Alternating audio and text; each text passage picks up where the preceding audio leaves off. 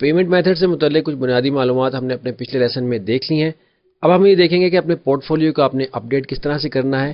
اس کے لیے آپ جس نام سے لاگ ان ہوئے ہوئے ہیں اس کی آپشن آپ کے پاس یہاں اوپر دائیں جانب آ رہی ہے. ویلکم کے آپشن پہ کلک کر دیں. اس پیج پر ہم آ گئے, تھوڑا سا نیچے آ جائیں.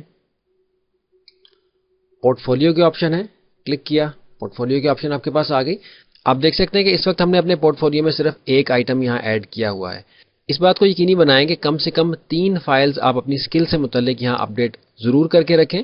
آپ دیکھ سکتے ہیں کہ صرف ایک 3D Max سے متعلق فائل ہماری یہاں اپلوڈ ہوئی بھی ہے. مزید فائلز ایڈ کرنے کے لیے ہم ایڈ پورٹ فولیو آئٹم پہ کلک کرتے ہیں. یہ آپشن آپ کے پاس آتی ہے. سب سے پہلے وہ کیٹیگری سلیکٹ کر لیں گے جس طرح کی فائل آپ اپنے اسکلز کے متعلق ایڈ کرنا چاہتے ہیں. کوئی امیج ہے, آرٹیکل ہے, کوڈ ہے, ویڈیو, آڈیو یا کوئی ادر ٹائپ کی فائل ہے. کانٹینٹ ٹائپ سلیکٹ کرنے کے بعد اس کا ٹائٹل دے دیں, یعنی کس عنوان کے تحت وہ فائل آپ یہاں ایڈ کر رہے ہیں اس کی کچھ مختصر سی تاریخ یہاں بیان کر دیں, ڈسکرپشن دے دیں. نیچے آ جائیں. اس متعلقہ فائل کو اپلوڈ کرنے کے لیے آپ اپلوڈ آئٹم پہ کلک کریں گے. اس فولڈر میں براؤز کر لیں جہاں کہ آپ کی وہ فائل موجود ہے.